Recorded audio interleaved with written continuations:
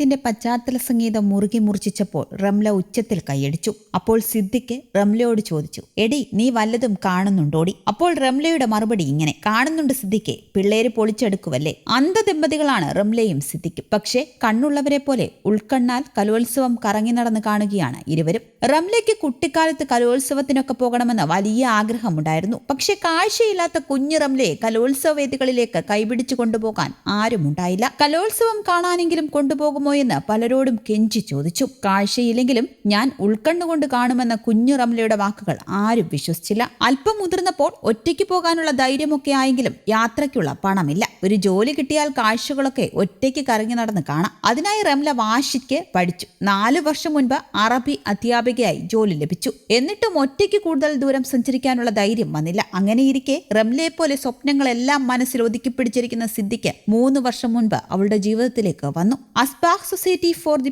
Blind എന്ന സംഘടന പാലക്കാട് സ്വദേശികളായ ഇരുവരുടെയും വിവാഹം നടത്തി. ഭീമാപ്പള്ളി ഗവൺമെന്റ് UPSലെ അറബി അധ്യാപികയാണ് റംല. ഇപ്പോൾ സിദ്ദിഖിന് ചെറിയ കച്ചവടമാണ്. കരമന ഗവൺമെന്റ് ക്വാർട്ടേഴ്സിലാണ് താമസം. സിദ്ദിഖിനെ കൂട്ടിന് കിട്ടിയതിന് പിന്നാലെ തന്നെ കുട്ടിക്കാലം മുതലേ കൊണ്ടു നടക്കുന്ന സ്വപ്നം യാഥാർത്ഥ്യമാക്കാൻ റംല തീരുമാനിച്ചു. പക്ഷേ കോവിഡ് കാരണം നടന്നില്ല. ഇത്തവണ കലോത്സവം കൊല്ലത്തായതിനാൽ കൂടുതൽ ദൂരം സഞ്ചരിക്കേണ്ട. അങ്ങനെ രണ്ടുപേരും അതിരാവിലെ വീട്ടിൽ നിന്നിറങ്ങി. പോലീസുകാരും ഓട്ടോറിക്ഷക്കാരും വഴികൾ പറഞ്ഞു നൽകി. കലോത്സവ വേദികളാകുമ്പോൾ കൈപിടിച്ചു കൊണ്ടുപോകാൻ നല്ല ഹൃദയങ്ങൾ ഉണ്ടാകും. ആ പ്രതീക്ഷയും തെറ്റിയില്ല. മൂകാഭിനയം കഴിഞ്ഞപ്പോൾ സിദ്ദിഖ് പറഞ്ഞു, ഇനി മാപ്പിളപ്പാട്ടാണ് കേൾക്കാം. കേട്ടപാടെ സദസ്സിലുണ്ടായിരുന്ന മൂകാഭിനയ മത്സരാർത്ഥി വഴികാട്ടാനൊപ്പം കൂടി. ഇരുവരും കൈകൾ ചേർത്തു പിടിച്ച് ഒരു കരളായി. ഹൃദയം കൊണ്ട് കലോത്സവം കാണാൻ അടുത്ത വേദിയിലേക്ക് പുറപ്പെട്ടു. ഞങ്ങള് മേലാറന്നൂർ ക്വാർട്ടേഴ്സിൽ നിന്ന് ഞങ്ങള് ഓട്ടോയ്ക്ക് വന്ന് അവിടെ ഈ കരമന വരെ, അവിടുന്ന് ഞങ്ങള് തമ്പാനൂരിലേക്ക് ബസ് കയറിയിട്ട് അവിടെ ബസ്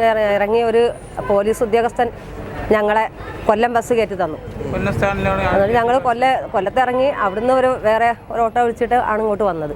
ഇവിടെ വന്നിട്ട് വേറെ ആ ഉദ്യോഗസ്ഥൻ ആരാന്നാണെന്ന് അറിയില്ല. എന്തായാലും ഒരു സഹോദരൻ ഞങ്ങളെ വേദിയിലേക്ക് കൊണ്ടുവന്ന് അവിടെ ആക്കി തന്ന്.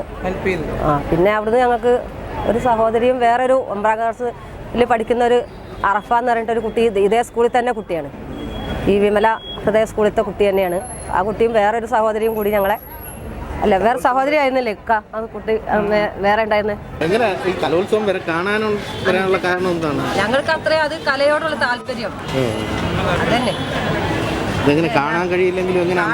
കാണണ്ടല്ലോ, നമുക്കത് കേൾക്കാമല്ലോ. നമുക്ക് എല്ലാ കാര്യങ്ങളും കാണാൻ കഴിയില്ലല്ലോ. കാണാൻ കഴിയാത്ത കാഴ്ചയുള്ള ആളുകളല്ലേ എത്ര എല്ലാ കാര്യങ്ങളും കാണില്ലല്ലോ. കുറെ കാര്യങ്ങൾ കേൾക്കുമല്ലോ.